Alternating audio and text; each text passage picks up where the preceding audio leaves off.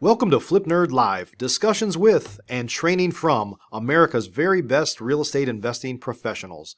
We meet live twice a month to discuss what's working now and get your questions answered.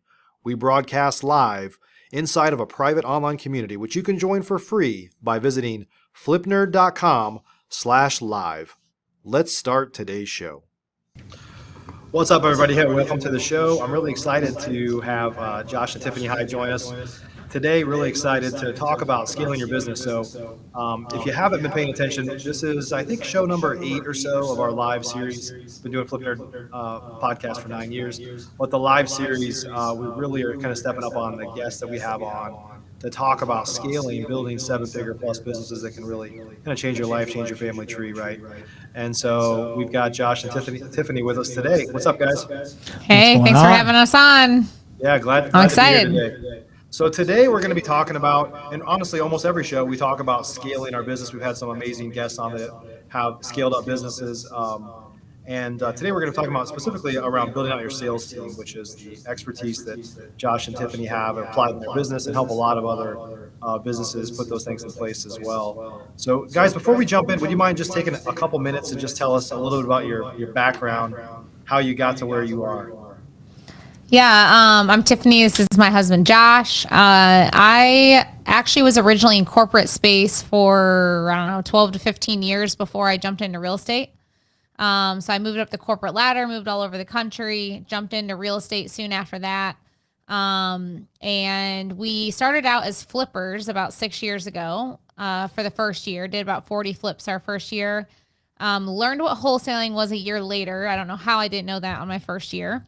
But on my second year, we did about 165 wholesales, went primarily to only. And then we decided that we would get smart one day, woke up and decided to maximize our exit strategies and went back to flipping, wholesaling, building a rental portfolio, doing subject twos, all that good stuff. And now we do a little over 300 flips and wholesales a year, continue to build our portfolio. And really we have a strong focus on building phone sales teams. That's something that we've found to be really our niche. And so we help other people do that alongside us as well. Yeah, and I come from the commercial contractors world. My degree's in civil engineering, so when you hear sales and engineering, you probably don't ever hear those in the same sentence. But I think it goes to show, when we got into real estate, I started off managing the construction, but I found out real fast that this is a sales and marketing industry, right? It's our business is truly a sales and marketing business, and Tiff has a natural knack, for the marketing side of things. And I had to go very quickly learn and build my sales skill set. And I think just over the last, 6-7 years that we've been in this industry, it just goes to show, when you laser focus on perfecting your craft, whatever that skill set is, it's amazing how much that can compound over time. Yeah. Yeah. And Josh, it's interesting and I've been around long enough to know this, like with an engineering background, at the end of the day, exactly what you guys do is this business goes to a whole other level when you really get good at building systems and processes, right? And so that engineering mindset or some of the backgrounds that you guys have is really the differentiator. And honestly, I came out of corporate America as well. I don't know if you guys know my story, but most people watching this probably do. I refer to myself as a corporate refugee. For the first several years, I was, kind of celebrating. I'm unemployable. I'm never going back. Any of those things, and I'm never going back. They don't want me at this point, and they couldn't afford me at this point. But there's a lot of great things I learned from corporate America in terms of running your business like a business, right? And I think that that makes a huge difference. Yeah, without a doubt. Yeah. And ultimately, when it comes down to it, I think the corporate background is huge and has definitely helped us when it came to scaling. And really the way I like to look at scaling our businesses, there's really 3 phases to get where we all want to go. We all got into real estate because we want freedom, right? And now, a word from our sponsors. Investor Fuel is America's #1 mastermind community for professional real estate investors, where hundreds of the top investors from across the country come together to build stronger businesses and stronger lives. Our community is about giving and transformation. If you're ready to take your business to a whole new level, please learn more and schedule a call with us today at investorfuel.com. Investor Machine is the nation's #1 done-for-you lead source for professional real estate investors, serving many of the highest performing and most respected real estate investors in America. We use a unique approach to data that is truly unlike anything else on the market, then execute your direct mail and skip tracing campaigns for you. Markets are filling up quickly. If you'd like to learn more about our world-class service, please visit investormachine.com. Find out why over 7,000 real estate investors and agents have chosen Carrot to build their website to attract and convert more online motivated seller leads. Visit flipnerd.com/carrot to learn more about how Carrot can help you. If I were to ask anyone that's listening to this call, they would all, everyone would have the exact same reasons, right? Or a few reasons as to why they got into the industry. It's they want time. They want to spend that time with the people they want to spend it with, doing what they want when they want. But there's really a 3-step process into getting to that point. And most of everyone, when they start in real estate, they're wearing all the hats. They're the ones that they're deploying the marketing. They're taking all the calls. They're the accountant, the bookkeeper. They're the project manager. They're literally doing everything until obviously it gets to a point where you start to just cap off, right? Yeah. You can only do 3, maybe 5 deals a month consistently with just being a one-man show. So really taking the next step and starting to magnify our results through building a team. And this is really what we're going to be talking a lot about today. But there's really 2 sides to this. There's the leadership side and the management side. And I feel like that's just something that's not talked about enough in our industry, and really where your corporate background, our corporate background has really helped us in scaling this up. The manager side of it, they're really good at managing processes, managing results. They know that if I do A, B, and C, I'm always going to get D. So they're managing replicable, duplicable results, whereas the leaders are focusing on growing people. And the best example of the 2 differences are the McDonald's brothers. I'm not sure if you know the McDonald's brothers story or not, but the McDonald's brothers, they were grade A managers. They came up with this process. They managed the process perfectly for the fast food industry. And then for whatever reason, they couldn't grow this concept past 2 stores. They were capped at 2 stores. Every time they tried to franchise it, it would fail over and over and over again. And until you insert Ray Kroc, now there's some shady business that went on there. Right? That's a whole nother conversation. But ultimately, his leadership capabilities and his vision was able to take what was capped, a great idea that was capped at 2 stores, and was able to build it into a worldwide enterprise. And that's where I think a lot of people in our industry we're not focusing enough on the management and the leadership side of where we're building the right culture and we're focusing on growing people. John C. Maxwell has a concept called the law of the lid of if you're a level 4 leader on a scale of 1 to 10, he says your organization is going to be capped at a level 4. But the good thing is this is a skill set that you can grow. And if you grow this to a level 8, then all of a sudden your organization can grow alongside of you. So as we talk about scaling today, I'd like to talk a lot about the management and the leadership side of it. And ultimately, once you magnify your results, then you can start to trade your money for time instead of trading your time for money. Yeah, that's great. Somebody just said I've got some echo. Hopefully it's fixed now. I don't know. I don't hear any issues, but hopefully it's fixed. So chat, for those of you that are watching live, chat in, let me know if it's a little bit better. If not, I don't know what to do next. This is the problem with, I've done podcasts for 9 years. Whenever we do live stuff, there's like every problem. when it's not live, nobody knows there was a problem because they get edited out. But hopefully the quality's a little better now. Makes it more fun. Yeah. What's interesting is a lot of folks, it's like a self-fulfilling prophecy. You only average, if you're running the business yourself, or if you're like a husband and wife team, or 2-person team, small team, you only advertise enough to meet your capacity, right? And what you really need to be able to do is make a long-term investment in your team to grow and get out of your own way, right? And so what are some of the things you guys have seen to get people just to get their mind right, to get out of their own way, to be able to go from 2 or 3 deals a month to something much greater than that?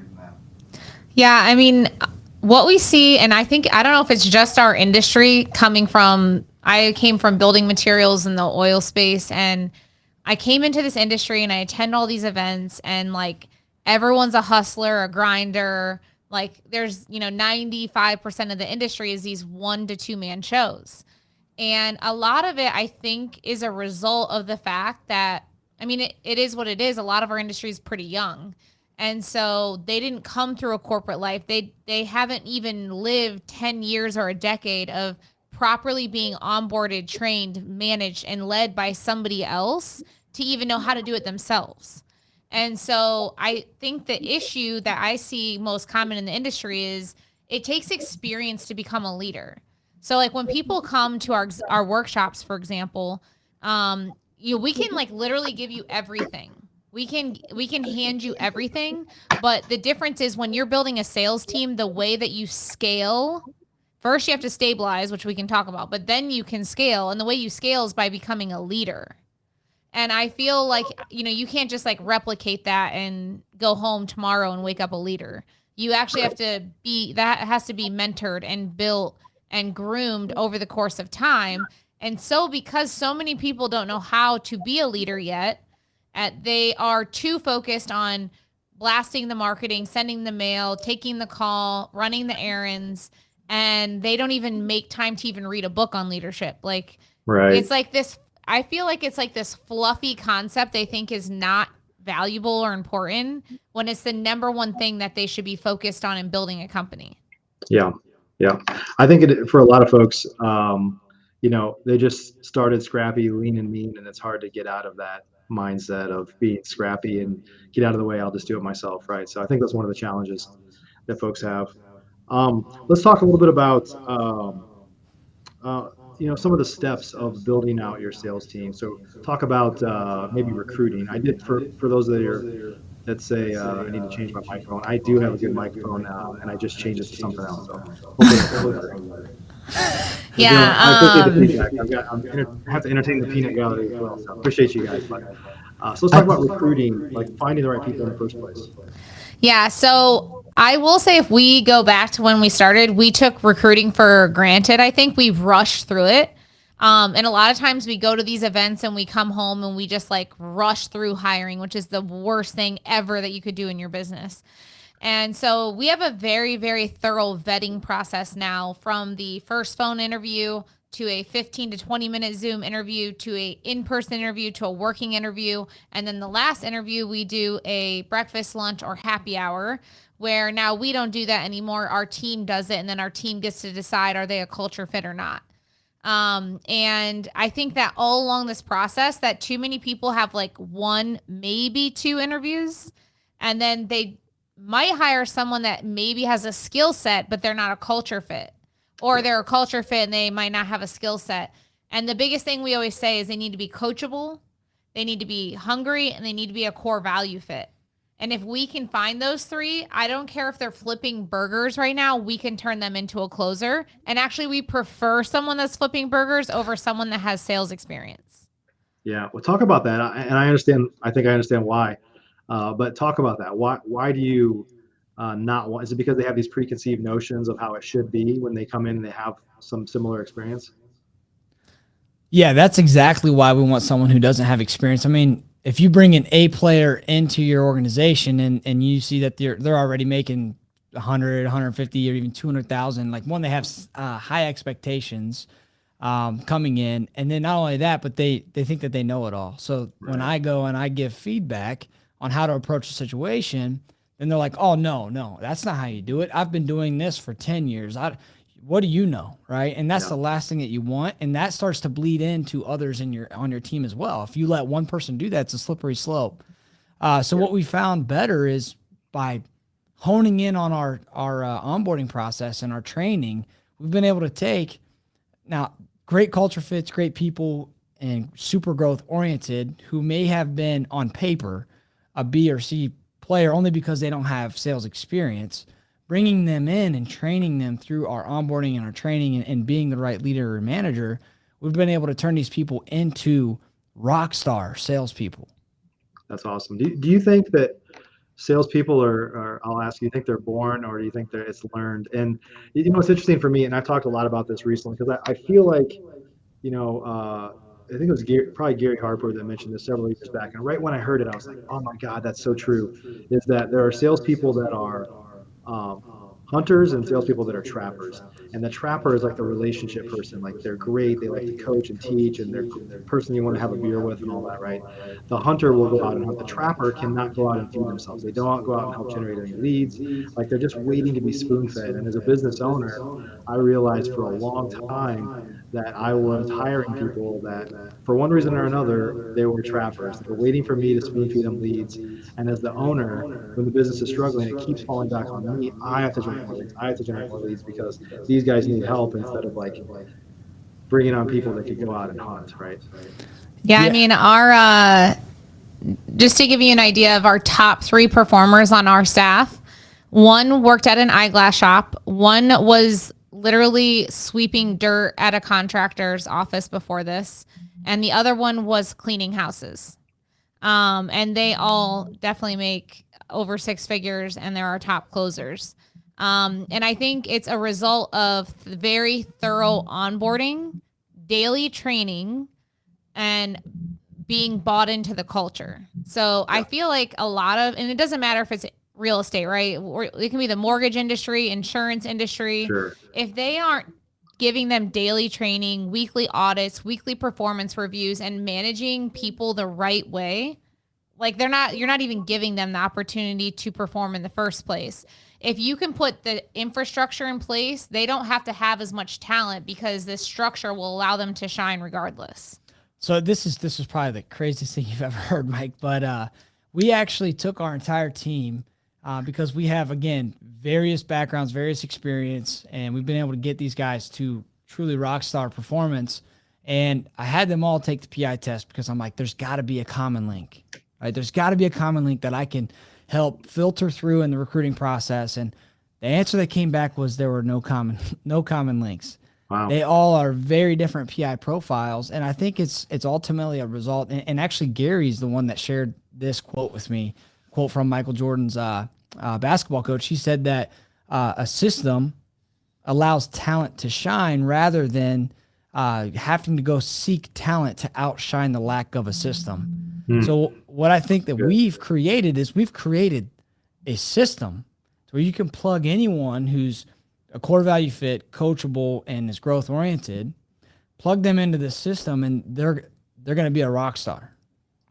That's awesome. So talk a little bit about the training part, because I think that's another area where a lot of people fall short is they're like, well, if it's like like if I was doing all the acquisitions and I wanted to bring somebody on, I'm taking them out with me. I'm just thinking of stuff as I go along. I don't really have a training process, right? And that's how the early days were for me. Like, but we're at a point now where we have very detailed training. I'm sure you guys do too. But just talk about some low-hanging fruit tips for people that they can apply to really build out a training system. Yeah, we have a 5-day onboarding process that's literally built by the hour every day before they ever even get on a phone. And in that 5 days of onboarding, there's quizzes, assessments, flashcards. And if they don't get 100% on something, they actually have to go back and keep redoing it until we fully agree that they understand the intent of the content before we even put them on a phone to start practicing. And I think too often in our industry specifically, we're like, oh, great, you're hired. Here's a phone and here's a script. Hopefully you perform. And then not only on top of that, they're like, oh, and here's your minimum standard and here's how much you have to perform by. But then we don't even explain the why behind the numbers of which they have to perform by. And then most people don't even track their metrics. So then every single day, the salesperson wakes up, they're frustrated as hell because someone's telling them they're not performing, but they don't know why because the metrics aren't even tracked. And it's like this horrible cycle I see in our entire industry. Yeah. Sorry, I just went on a rant, but you can go. No, it's all good. And to answer your question specifically, some of the things that we cover is, our qualification process. How do we know if someone's worth our time or not? What does our ideal customer even look like? Right. So we actually educate on that. We go over sales psychology, the psychology behind the sale. And then once we understand the why, the science behind it, then we layer on the scripts. So now we can start to educate. Why are we framing our questions the way that we are? What are we looking to get out of our questions? Which is a whole deeper level of understanding versus just handing someone a script and saying good luck. That's just a few of the things that we cover, but we go in depth on all of those things. And I think that it's, just we continue to hit on that, not just in onboarding, but we continue to talk about it week in and week out, day in and day out with continued training. Yeah, yeah. And you guys talked a lot about, we talked up front at least about having the right leadership and management. And I think, how do folks, I think probably some of your corporate background has helped with seeing a bigger vision for what this can become. Because a lot of people get in the situation where they were making, say, $50,000 or $60,000 a year. They get into real estate and they're making double or triple that, and you just start to get content. But the truth is that contention is also comes at the cost of them probably having a job instead of a business, right? So they don't have that freedom of time and stuff because they're such an important part of that, and they become a doer, right? So talk a little about that transition to being an actual leader and being able to build an organization. What you have to do from a mindset perspective to get out of the way of being, a solopreneur, if you will, to somebody that can really build a team. Yeah, I would say that that's a lot of loaded questions into one.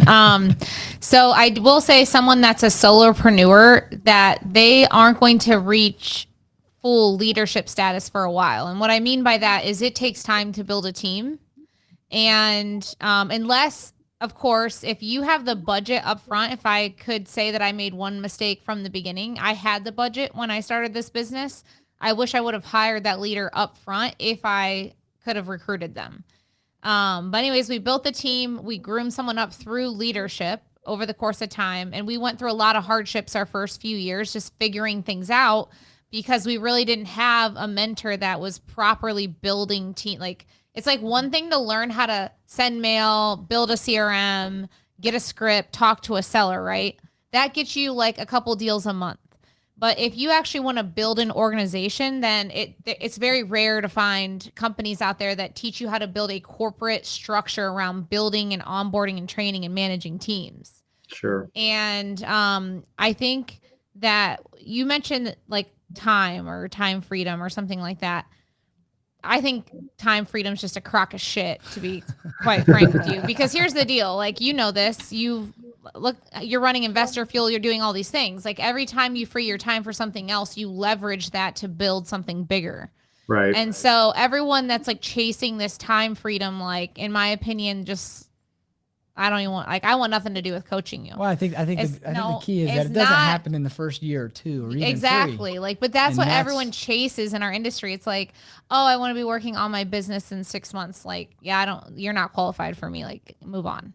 But I feel like so many people, that's like their mindset around it. And I don't know what marketing scheme or book or advertising out there like pushes this concept, but it's not real. All right, I'm done with my rant again. It's not real to be there in 6 months. Well, and it's not just our industry. It's like, in America, everyone wants to pop a pill and lose 50 pounds and buy hair in a can or whatever. Like, it's just like life is presented as like you have some insurmountable problem, but if you buy this thing, you can overcome all that. And it's not real, and everybody knows it's not real, but they still tie themselves to it. And so I think a lot of folks that are attracted to our industry because of HGTV and all these things that make what we do easy, but it's not that easy, right? So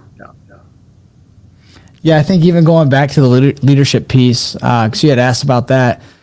Leadership is no different than any other skill set, and I like to relate this, to a muscle, basically. If I were to walk into the gym on my first day in the gym, I wouldn't be able to bench press 350 pounds. But for whatever reason, we think that we could step into business and be this leader that can essentially bench press 350 pounds. No, it's a skill set that you have to build over time. No different than sales. It's a skill set you have to build over time, and you do that by showing up, getting reps, practicing. And then over time, that muscle will strengthen to a point where eventually you will be able to bench press that 350 pounds. Yeah, that's how everything is, right? You have to earn your way there. But you're right, Tiffany. I talk a lot about buying back your time, getting your time back. I tend to fill the voids up with more businesses or more things, or I break something that didn't really need to be fixed, and now I have to fix it. But I think one thing that has changed over time is I've had the freedom to kind of do more of what I want to do and less of what I don't, right? For sure. So yeah, interesting stuff. So what else are you guys seeing in terms of folks, or what other kind of guidance can you give folks on moving in that direction of building out a team? Because for some folks listening to this, we've had some veteran folks that listen to this, I'm sure, but for newer folks that are really trying to overcome, I always refer to it as like a stair step. Like you said, you could do 2 or 3 deals a month by yourself, right? And then you need an admin and a salesperson probably, but even at that level, it's not a huge team, right? So talk about those stair steps of getting to, like, if you guys look at your business in terms of levels, how do you get to level 2 and level 3 if you're at level 1 right now? Yeah, I think first you have to start with your foundation. So everything from first of all, if we're going to build a phone sales team, our number one asset is the phone system. And so everything from your CRM, what data are you pulling, how is it being structured, to the phone system. And if we could go back 6 years to when we started doing phone sales, unfortunately, we started with our own cell phone. Then we were on a phone system for far too long that I had to hand dial people. And it all went to crashing down about 2 years in. And we had happened to hire a mentor that had built multiple multi-million-dollar companies based off of phone sales.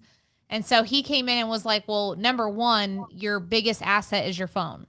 So like if you're not providing them a phone system that has whisper features, live transfer, recording, power dialers, etc., then you're not allowing them to be the most productive that they can be, or yourself. And so at the end of the day, you're going to have turnover naturally from them not making as much money as they can possibly make. Actually, if you don't mind chiming in here, one way to look at this is it's almost as if you're equipping your team with tools. Now, imagine if you gave an entire crew of contractors just a hammer and nails to go build a house versus the other crew that's got automatic power nailers and drills and all of these things. They're probably going to be able to build that house a lot faster, and be way more efficient with their time. And it's no different than when we're building a team. Like, we need to make sure we're equipping our team with the right tools so that they can maximize, their time and be as efficient as possible to truly put them in a position to be successful. Yeah, so it's all about the foundation, and we learned ourselves years ago that if your foundation's not strong, even if you are a good leader and you bring people on, at some point it will come crumbling down because your foundational systems and processes aren't strong enough.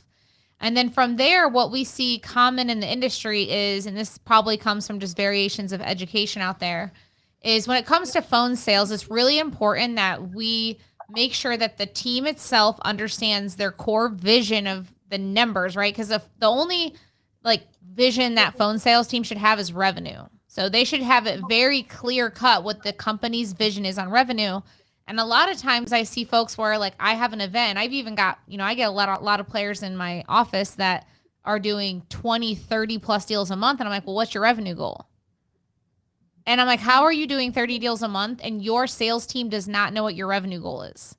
Because that is their number one vision to be reaching towards. And if they don't understand it, then every number that trickles down from there, they don't know the why behind what you're telling them to do then. It all starts with this number.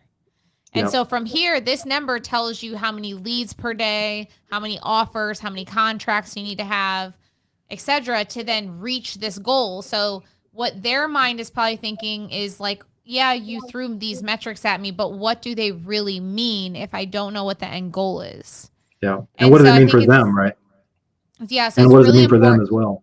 Yeah. So it's really important that they understand the company's vision, and then how do we then sit down with them? What's their end goal so we can backtrack their numbers down into maybe the minimum performance for them is 50,000 a month, but they want to make 150 grand this year. Well, then here's what you have to do a month. Here's how many offers a day, how many, break it down literally down to the day of what they have to do in order to hit this goal. And so in phone sales, a couple common things that people track that probably shouldn't is 2 things. One is dial count. If you have a really good phone system, dial count becomes actually irrelevant. And it's irrelevant for them to track, not necessarily leadership to see, but for them to say, oh, I'm held accountable to 80 dials a day. And then it's 4:00 and at 5:00 I'm leaving. Guess what they're going to count? They're going to focus on is dials, not actually making revenue. Right. Another big thing I saw in the industry is telling people to track and hold people accountable to a specific talk time.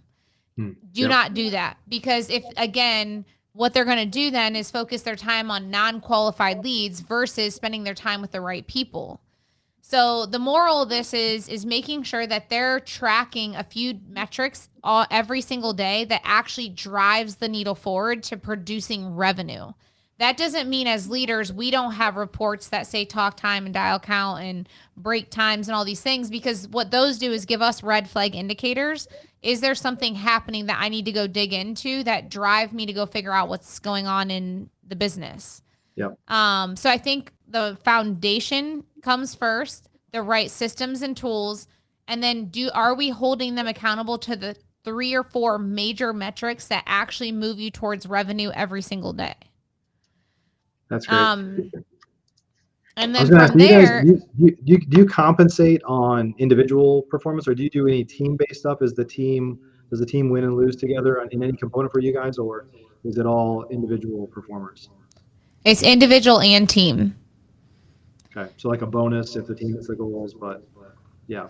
Yep. So they have the follow specialist has a base and a commission. The closers have a base and a commission tier.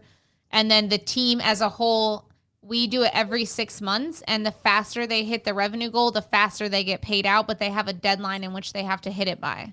Okay. And everyone on the team is evenly paid the same bonus. And it's a much bigger payout than their individual bonuses. Yeah, Oh, wow, okay. we actually came up with this because I'll never forget. I've seen other sales floors in the industry where acquisition guys are tackling each other and fighting each other over a deal that was stolen from them. Right? I mean, ultimately, everyone in our team, they know and understand that none of them own any leads.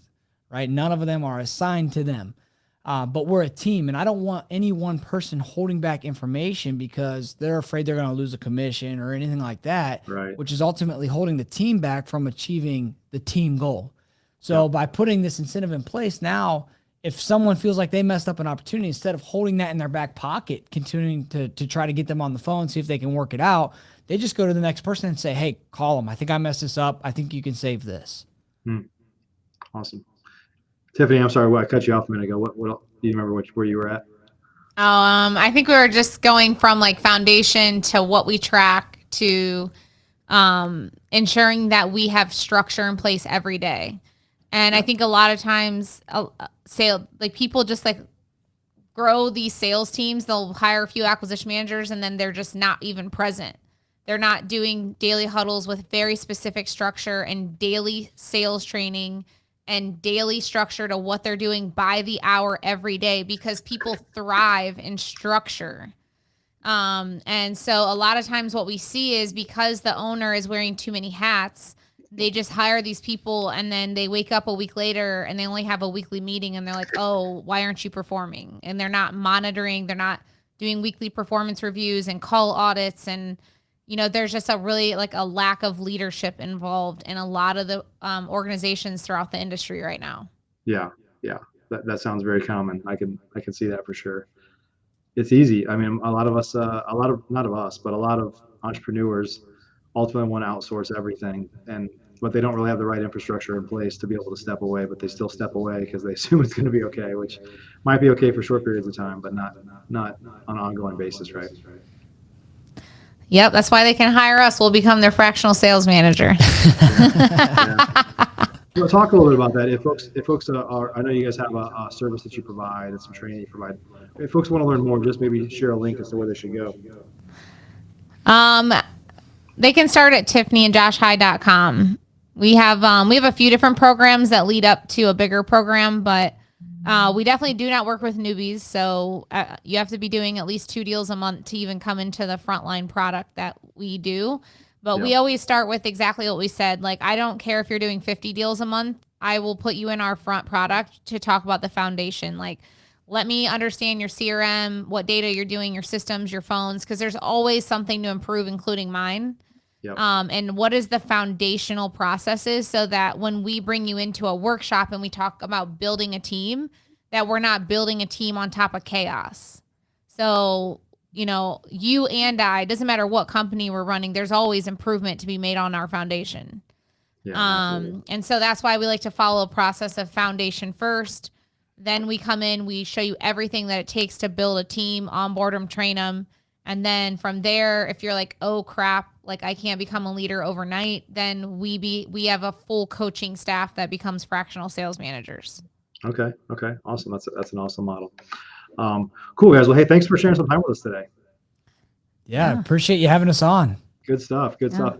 And everybody, we'll add in the actual show once it gets published, we'll add some of the links on it that we talked about today. If you're not getting notifications, I do these twice a month now. We've done about 6 or 8 shows over the last couple of months with some amazing friends of mine and industry leaders. Go to flipnerd.com/live and we'll send you notifications for the next show, but we'll also get you access to the last 6 or 8 live shows that we've done, and a lot of great stuff. And honestly, they're all focused on different aspects of scaling, from lead generation, sales training, and things like that. So flipnerd.com/live is how you can get there. So guys, thanks again for spending some time with me today. Yeah. Thanks, Mike. Awesome, everybody. Have a great day. We'll see you on the next show. Thanks for joining me on today's Flip Nerd Live. To get access to our upcoming interviews with experts and get your questions answered and join our free online community, please visit flipnerd.com/live. Thanks again to our sponsors.